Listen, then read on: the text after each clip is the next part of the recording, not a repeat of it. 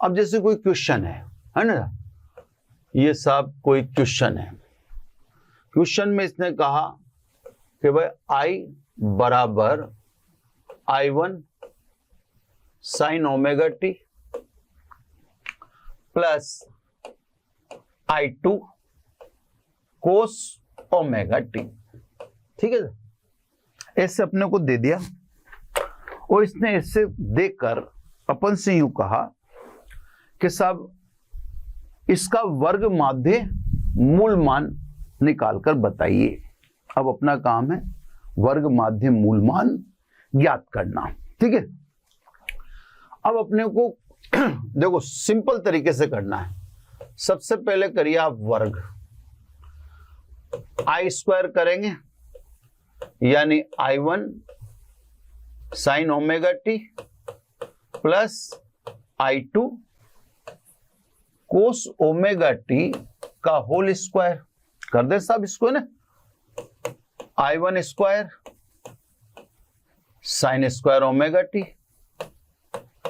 I2 square cos square omega T और दोनों के गुणे का दुगना यानी 2I1 I2 ना, 2I1 I2 ना, दोनों का मल्टीप्लिकेशन का डबल करना है ना अपने को। तो 2I1 I2 sine omega T कोस ओमेगा टी। एक सवाल करके देख रहे हैं अपन। ठीक है, यानी ये आगे सब इसको सिंप्लीफाई कर दें। I1 square sine square omega T, I2 square cos square omega T plus I1 I2 2 sine omega T कोस ओमेगा टी को अपन लिख देंगे साइन 2 ओमेगा टी। ये लिख दिया। तो देखो ये वर्ग हो गया। अब वर्ग के बाद डायरेक्ट कर दो औसत, है ना, औसत निकाल दो पूरे का। कांस्टेंट को औसत से कोई लेना देना नहीं है, I1 स्क्वायर को कोई लेना देना नहीं है। औसत किसका निकालना है? साइन स्क्वायर ओमेगा टी का। सेकंड पद पर आ जाओ, I2 स्क्वायर कांस्टेंट है, औसत किसका निकालना है? कोस स्क्वायर ओमेगा टी का। I1 I2 को बाहर निकालो, कांस्टेंट का औसत नहीं निकलता है कभी भी, हमेशा ध्यान रखिएगा ना। साइन 2 ओमेगा टी का औसत निकाल दो। अब देखो ध्यान से, है ना, ये वर्ग का माध्य अपन से क्वेश्चन में क्या पूछ रहा था, ये IRMS बताओ, ये पूछ रहा था अपन से ना, तो अपन वो निकाल रहे हैं। वर्ग कर दिया, वर्ग का माध्य फाइनल करने जा रहे हैं। I1 square sine square omega T, इसका औसत 1/2, ये लो। अभी मैंने आपको बताया है ना थोड़ी देर पहले। अब आ जाओ I2 square cos square omega T का औसत 1/2। इसके बाद आ जाओ I1 I2 साइन की 1 घात, साइन की 1 घात और कोस की 1 घात का औसत सदैव 0 होता है, तो ये हो गया 0। ठीक है, ये सब वर्ग और ये उसका माध्य, और फिर क्या निकाल दो? वर्गमूल। अब वर्गमूल निकाल दो। वर्गमूल में क्या रहा? I1 स्क्वायर का वर्ग अपॉन 2 का वर्गमूल और I2 स्क्वायर अपॉन 2 का वर्गमूल, वो तो 0 है। इसी को आप कहेंगे, यहां लिख दो ना, यानी IRMS इज इक्वल टू, इसको लिख दिया मैंने, IRMS is equal to 2I1 square plus I2 square. तो ये सब सवालों का तरीका तो सिंपल है। सवाल अगर आपको करना है तो सवाल में तो देखो दे रखा था व्यंजक, पहले आपने वर्ग किया, सिंपल A प्लस बी का वर्ग करते हैं। वर्ग करने के बाद आपने माध्य निकाल दिया। माध्य में हम सीधे सीधे जानते हैं कि सब साइन स्क्वायर ओमेगा टी का माध्य 1/2 होता है, कोस स्क्वायर ओमेगा टी का माध्य 1/2 होता है, और साइन व कोस की एक बात का माध्य 0 होता है। तो ये वर्ग का माध्य आ गया डायरेक्ट, फिर आपने वर्गमूल कर दिया और ये IRMS निकल गया। तो सब ये तो मेरा तरीका था कि सब एक तो आपको बिल्कुल डिटेल में निकाल के दिखा दिया है ना। ये देखो, ये डिटेल में जो अपन ने स्टार्ट किए यहां से है ना, परिभाषा वरिभाषा बोल बाल के, ये आपको समझ गए होंगे प्रोसेस, इंटीग्रेशन वगैरह है। जो बच्चे अगर नहीं समझते उनके लिए शॉर्ट मेथड है ना। यहां पर अपन ये समझ गए कि साइन स्क्वायर ओमेगा टी का औसत 1/2 होगा, तो अपन ने यूज भी कर लिया अभी आगे। और अगर सवाल करेंगे तो सवाल का तरीका ये रहा है ना, ये रहा सवाल क्वेश्चन में। अब बात पे आ जाओ, मुद्दे की बात पर। IRMS और VRMS शिखर मान के 70.7% होते हैं। ये मान शून्य नहीं होते हैं, नहीं होते हैं। मैं अपनी तरफ से नहीं कह रहा, सामने है आपके, है ना। प्रत्यावर्ती धारा तथा वोल्टता के इन मानों का बोलचाल में इस्तेमाल किया जाता है। जैसे प्रत्यावर्ती धारा परिपथ है, अपने घर पे जो लाइट आ रही है वो प्रत्यावर्ती वोल्टता है। आप उसमें बोलते हो 220 वोल्ट। ये 220 वोल्ट क्या है? जो अपने घर पे बिजली आ रही है वो डीसी तो है नहीं, वो तो एसी है ना। तो वो जो आ रही है उसमें 220 वोल्ट क्या बोलोगे आप? ताक्षणिक मान है नहीं वो। ताक्षणिक मान तो किसी क्षण बोला जा सकता है, उसके बाद तो चेंज हो जाएगा। तो ताक्षणिक वो हो नहीं सकता। औसत मान आपने देख लिया, एक चक्कर में प्रत्यावर्ती धारा का या वोल्टता का औसत मान 0 होता है, तो औसत मान भी नहीं बोल रहे होंगे आप।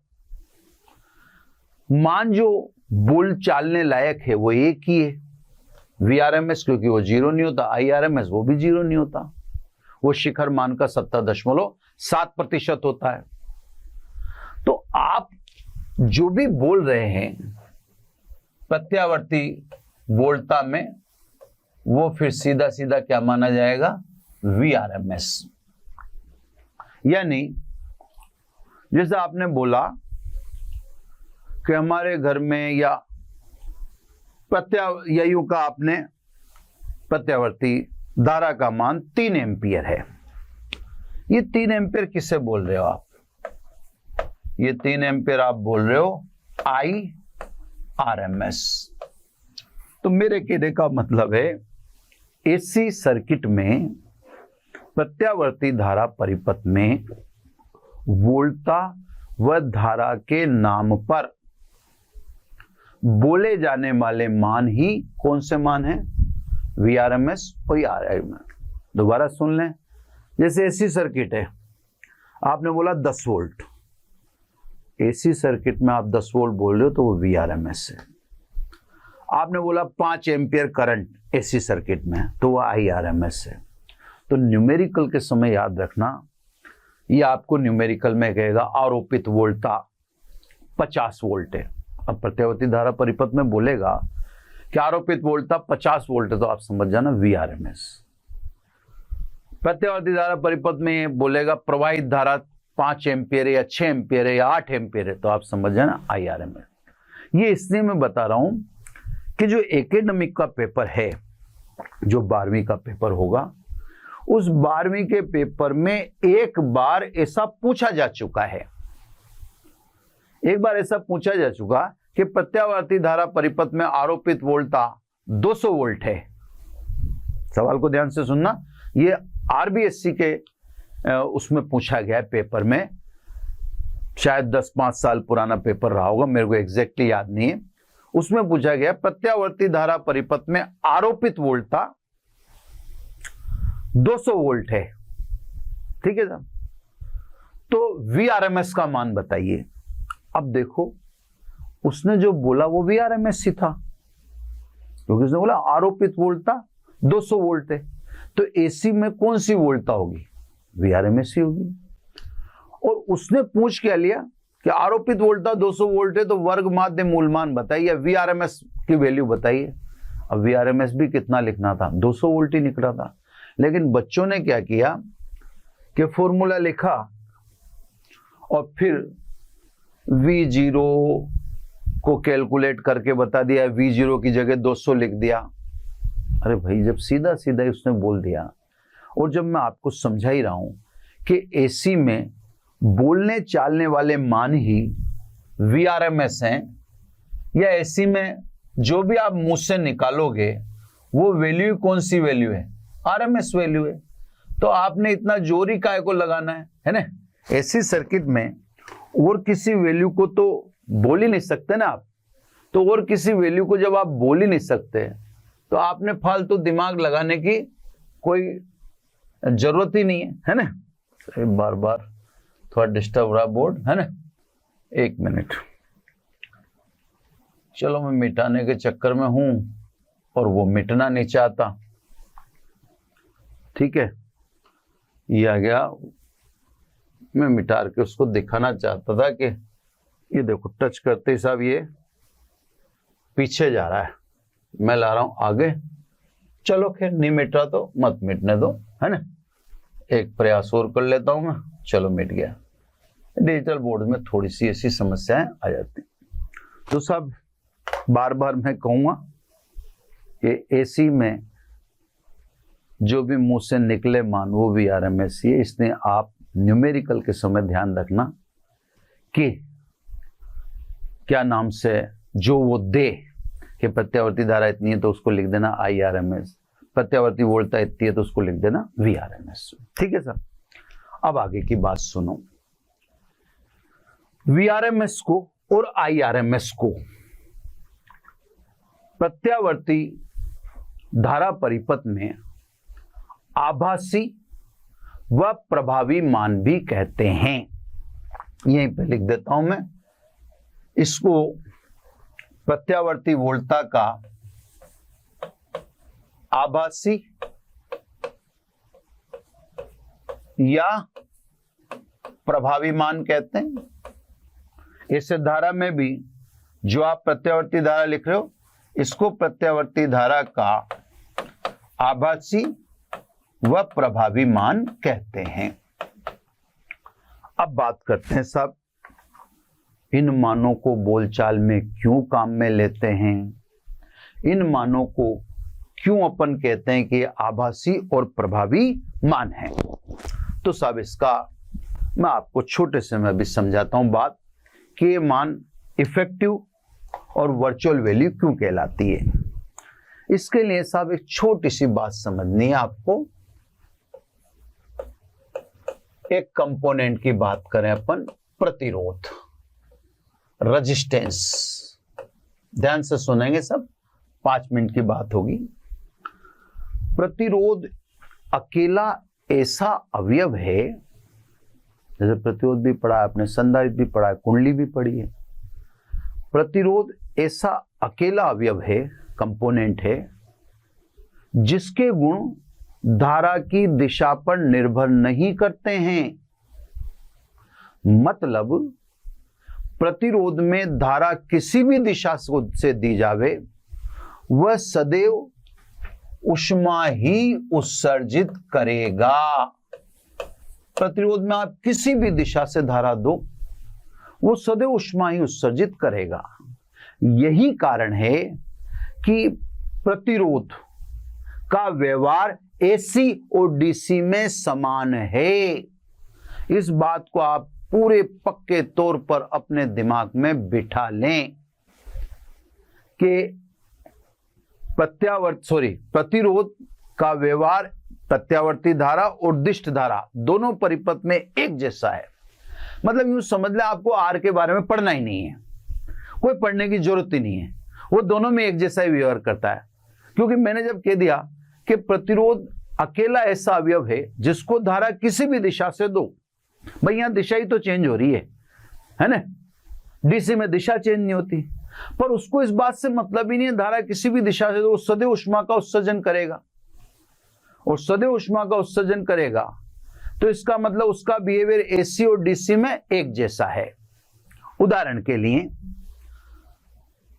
प्रतिरोध कैपिटल आर में प्रत्यावर्ती धारा प्रवाहित करने पर एक चक्र में प्रति सेकंड उत्सर्जित ऊष्मीय ऊर्जा का औसत है ना, तो P बराबर तो अपन लिखते हैं I स्क्वायर R। अब मैं कह रहा हूं एक चक्र में प्रति सेकंड उत्सर्जित ऊष्मीय ऊर्जा का औसत निकाल लो, यानी P एवरेज। औसत निकाला सब, इसका औसत निकाला, कांस्टेंट का औसत नहीं निकालते हैं, कांस्टेंट को अलग रख दो, तो औसत इसका ही निकलेगा। अब ध्यान से समझना, मैं अगले लाइन में लिख रहा हूं P एवरेज, ये वर्ग का माध्य है, इसका वर्गमूल करके मैं इसका स्क्वायर कर दूं, बोलो कुछ फर्क पड़ा क्या? मैंने वर्गमूल करके उसका वर्ग कर दिया, वही हो गया ना वापस, इंटू आर, है ना। यानी P average is equal to, इसको क्या लिखोगे, वर्ग माध्य मूल धारा लिखोगे, देख लो आप, वर्ग माध्य मूल धारा इंटू आर। ये सब एसी में। डीसी की बात करें, डीसी के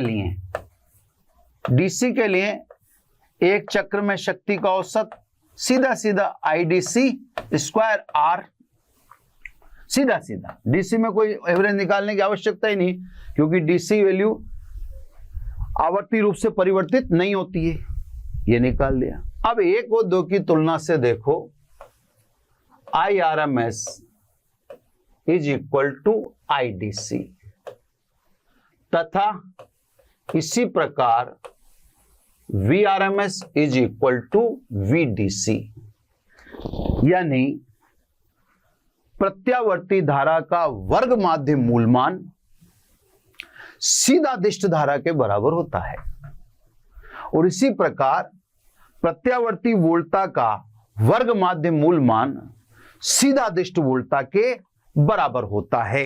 ये देखो सब, है ना, सीधे के सीधे ये मान किसके बराबर होते हैं, डीसी मानों के। इसीलिए इन मानों को हम आभासी व प्रभावी मान कहते हैं, क्योंकि डीसी सर्किट से जब हम तुलना करते हैं तो डीसी सर्किट में जो मान प्रभावशाली होते हैं